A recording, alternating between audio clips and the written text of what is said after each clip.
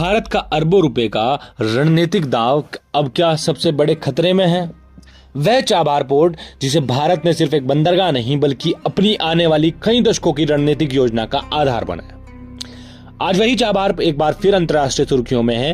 ताजा घटनाक्रम ने इस पूरे क्षेत्र को वैश्विक चर्चा के केंद्र में ला दिया है।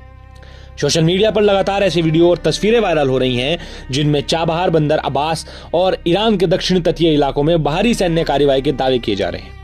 लेकिन इस वीडियो में हम सिर्फ वायरल दावों को नहीं बल्कि उनके पीछे छिपी रणनीति को भी बात करेंगे। नमस्कार दोस्तों, स्वागत है आपका अपने YouTube चैनल जिसका नाम है राष्ट्र स्कोप। अगर सिर्फ नक्शे को देखा जाए तो चाबहार एक सामान्य बंदरगाह दिखाई देता है, लेकिन भू राजनीतिक की दुनिया में इसकी अहमियत किसी भी साधारण पोर्ट से कहीं अधिक है। भारत ने इसे इसलिए विकसित किया ताकि पाकिस्तान को बाईपास करते हुए अफगानिस्तान, मध्य एशिया और आगे यूरोप तक सीधी व्यापारिक पहुंच बनाई जा सके। यही वजह है कि चाबहार भारत की विदेश नीति और कनेक्टिविटी रणनीति को एक महत्वपूर्ण स्तंभ बन चुका है। यही कारण है कि इस क्षेत्र में बढ़ता कोई भी सैन्य तनाव सिर्फ ईरान तक सीमित नहीं रहता बल्कि भारत के दीर्घकालिक आर्थिक और रणनीतिक हितों को भी प्रभावित कर सकता है। अब सबसे बड़ा सवाल यह है कि अगर अमेरिका का उद्देश्य ईरान पर सैन्य दबाव बनाना है तो बार बार चाबहार और उसके आसपास के तटीय इलाकों को क्यों सामना करना पड़ रहा है?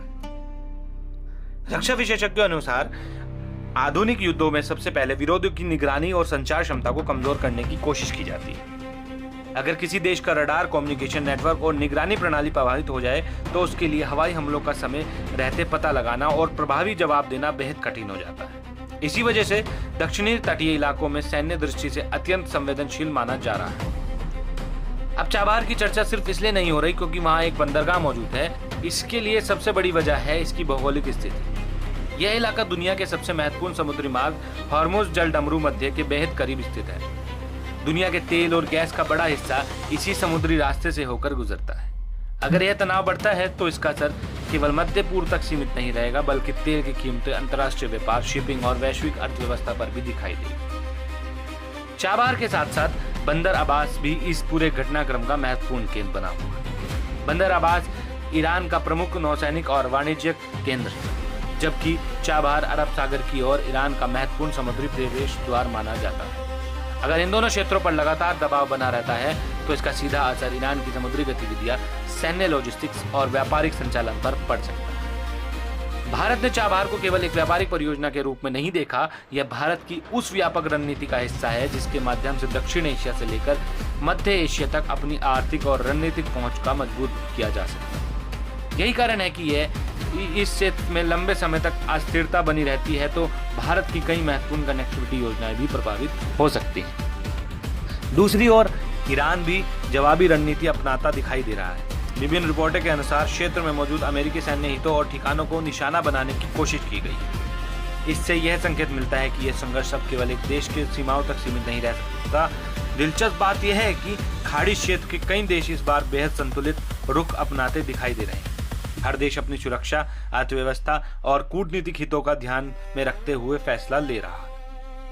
अब सबसे बड़ा सवाल भविष्य को लेकर है।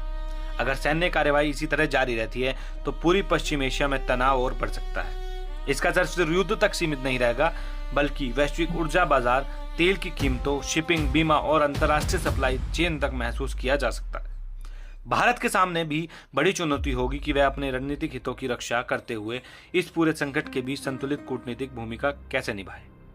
फिलहाल पूरी दुनिया की निगाहें आने वाले 24 से 48 घंटे पर टिकी हुई हैं। यही समय तय करेगा कि यह तनाव धीरे धीरे कम होगा या फिर पश्चिम एशिया एक और बड़े संघर्ष की ओर बढ़ेगा। दोस्तों, आपको सिर्फ खबर नहीं बल्कि इस खबर के पीछे छिपी रणनीति और उसके भारत में पड़ने वाले प्रभाव भी समझाएंगे। अगर आप ऐसे ही जियो पॉलिटिक्स और डिफेंस न्यूज को पसंद करते हैं तो हमारे चैनल को सब्सक्राइब करें और वीडियो और ये हमारा आर्टिकल अच्छा लगा हो तो वीडियो को लाइक करें। मिलते हैं अगली वीडियो में, तब तक के लिए जय हिंद, जय भारत।